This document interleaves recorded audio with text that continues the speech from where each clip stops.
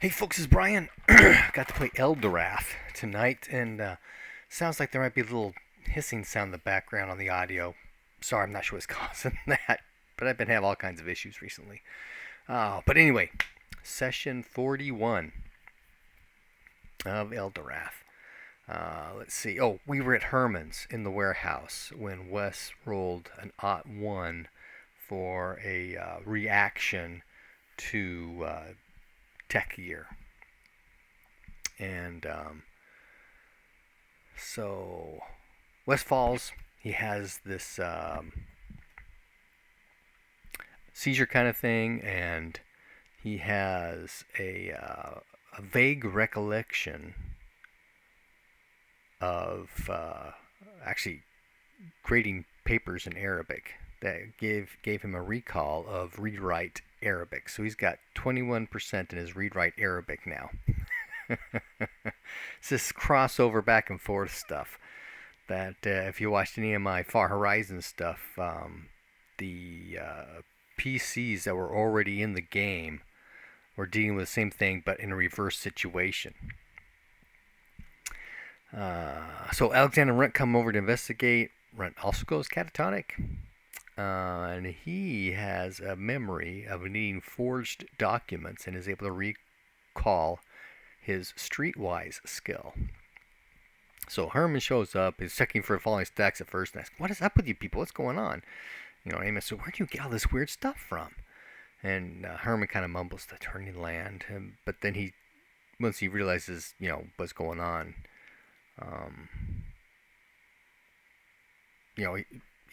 he just gets stuff from everywhere. People come from all over the place to sell him stuff, and he buys things in lots, and he doesn't always know what things are. And he says, "Well, I suppose you want to buy this," and he holds it up, and it's like all caked with clay and stuff. So while it looks like a strange stick, an odd-looking stick, it's actually so packed up with mud, it actually looks like, a bar of mud kind of thing. So you go, hey, there's something's going on. But anyway. Raimi says, "Well, I'm sure Wes when he comes around." Runt then comes around fairly quickly. It takes quite a while for Wes to get back to everybody else. And Wes says, "It's not just a clump of clay." And he reaches up and he scrapes off some of the clay down to a buttstock. Because the thing is some kind of a carbine. Or carbine, if you prefer to say it that way. And when Herman sees that, he gets really interested. He pulls out a handful of tools and starts cleaning the thing up. And these are like, archaeology type tools. So he's done this before. He knows what he's doing.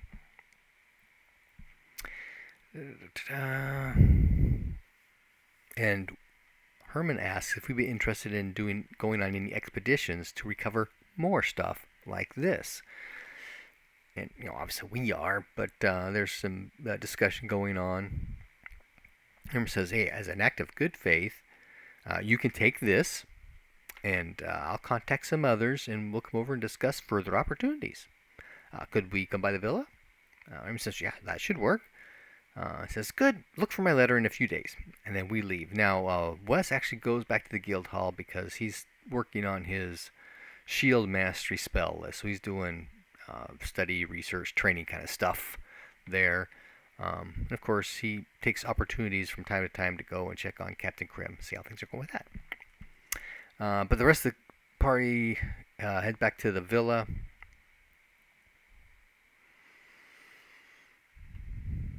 Oh, before they split up, though, Runt asks Wes, "What did you see?" And he says, "A carabin." That's Norwegian for carbine. It's the closest thing I get to Norse, so, Google Translate. He says, no. What did you see? He said, "Oh, I saw papers with this strange language." Well, he doesn't say strange language. He says, I saw papers with Arabic language. Not that anybody knows what Arabic is. He goes, and the West starts in the dirt, draws some of the characters to show him. And when that happens, that's another trigger opportunity. But neither of them trigger. Okay, so Raymond mentions the turning lands to Wes, and Wes actually knows about the turning lands, and it has to do with his own education kind of thing. So in the Valley of the Ancients, where Forg was searching for these great weapons to, to power his war against the world. There's a place that's described as a vortex in the land. The ground itself is a vortex. It's often called the turning lands because it's turning. No one knows exactly why that happened, but the speculation is that it's tied to the destruction of the people who used to actually live there. Access to the Valley of the Ancients is tightly controlled by the Lords of Bloodstone because there's Bloodstone stuff in there, right? And they don't want anybody getting a hold of weapons or anything that could, threaten their power structure. So while they do authorize expeditions into the Valley of the Ancients, there's, they convene a board in Zig, which is way north of here, which is like the capital of the empire kind of thing. And you've got to be able to convince the board that your expedition is worthy and will not lead to any, interruptions in the power structure. The Valley of the Ancients itself is very dangerous. There are archways out there that were used to defend the lands of the people that were there, right? So people just disappear or just get killed outright, kind of stuff. So bad place. So a couple days go by. Herman's letter arrives, saying that he and Gunnar Hofstad will be calling upon us in a couple of days to discuss economic interests for us all. So Runt spends some time actually cleaning up the carbine. It turns out to be a needler carbine. And he shows everyone. And when he does so, Raymond finally has an episode. And he remembers hiding from some stalking creatures inside what was a starship. And through that, he's able to recall some hide skill. Hiding skill, right? And as Raymond's explaining what he's remembering, Alexander begins to have vivid memories of the exact same event. And he recalls Raymond, who was actually Reynald, and Wes, who was actually Dylan. The three of us were there with him. He was Arthur. So, there's this cross-wiring of the two worlds, dimensions, games, whatever. Okay, so 3 days go by, and in the afternoon, Herman and Gunnar arrive by horse. None of us recognize Gunnar. He said he wanted to personally extend his congratulations to us for our escape from. He actually said more, but that was a misspeak. He misspoke. It was not more. It was Minoc. Let's go more. What's this more stuff? And rescuing the poor people there. Raymond said, the God smiled on us. There's some pleasantries go on, and he says that he understands from Herman that we may have some interest in the turning lands. And he says, I happen to have something here. Oh, something from there. And he reaches into his pocket, and he pulls out something wrapped in leather. And I jokingly say, as soon as he reaches into the pocket, dive for the corners. Oh, which reminds me, the live plays in the description if you're into that kind of thing. So, it turns out to be a hologram with a flower.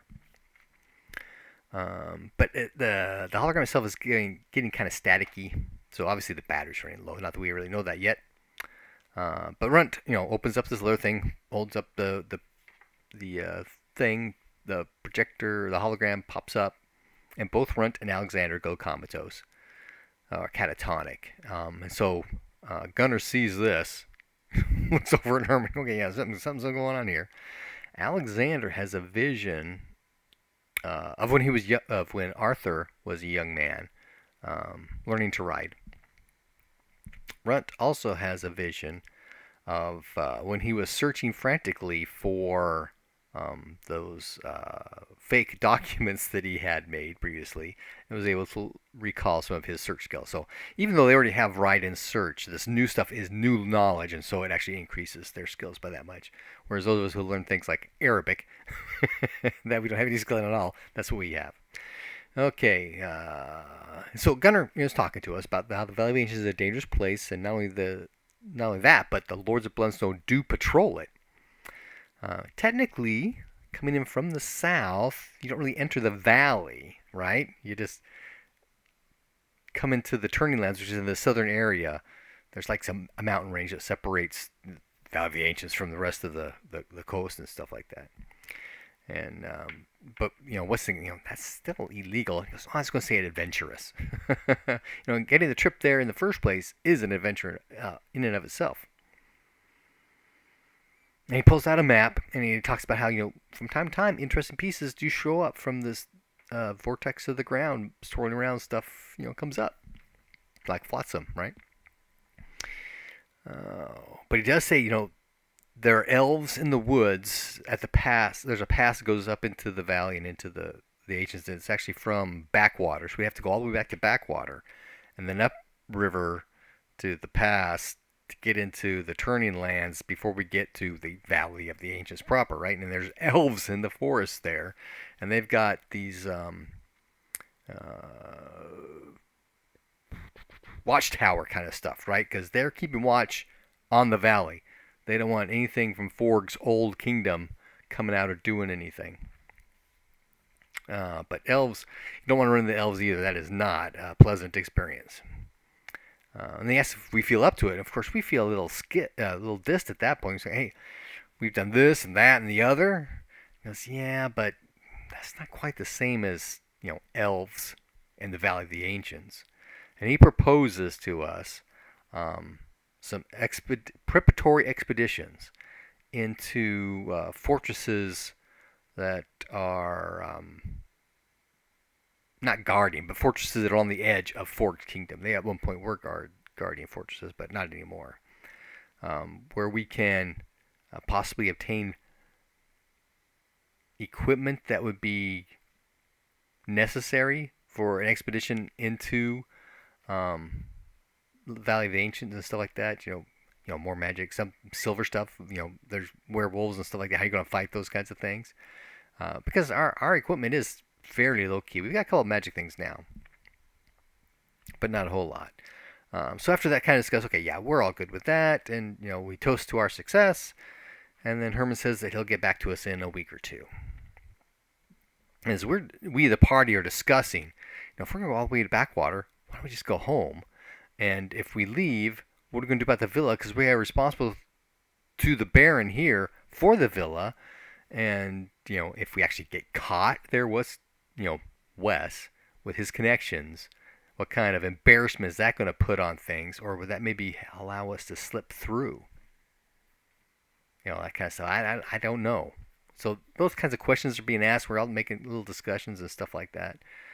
But as we're discussing all this, Wes remembers that when Luther took us across to Backwater, he was pretty upset that Sir Michael, who is Lady Tamara's champion, he's in a seat, not a seat of power, but he's bumping elbows with the seat of power in this area, right? And he made the requirement on Luther to take us over. So there's, Luther, while obviously deals under the table a lot of stuff, has got some connections with, the ruling powers, and we don't really get much out of that, but there's stuff going on. But we know that Luther, while we were staying at Bywater, he went north, and he was gone for a week or so. And then he came back, and so we're starting to put pieces together. Luther's probably making these illegal trips into the, dipping over to the edge kind of stuff. Hey, if we, get into the pass, dip in, jump out, jump in, jump out, jump in, jump out. If we're there long enough, we're going to get caught. So we're thinking just one time in, go around, find something, get out, and head back. But there's a lot of travel in between, just for that. Part of that is, it's off in the future because we're going to be going to these fortresses along the border of Forg's kingdom here, somewhat locally to build up our experience, get some better equipment, and that kind of stuff. So the session was actually pretty short. The GM wasn't really prepared to do anything specific after this because he didn't know where we were going to go, and I actually had to go pick up my son from work, so we just called it there. And we'll pick up next week at our regular time. We had a delay because one of our players, or a couple of players, weren't able to make it last week, so we just pushed it a week.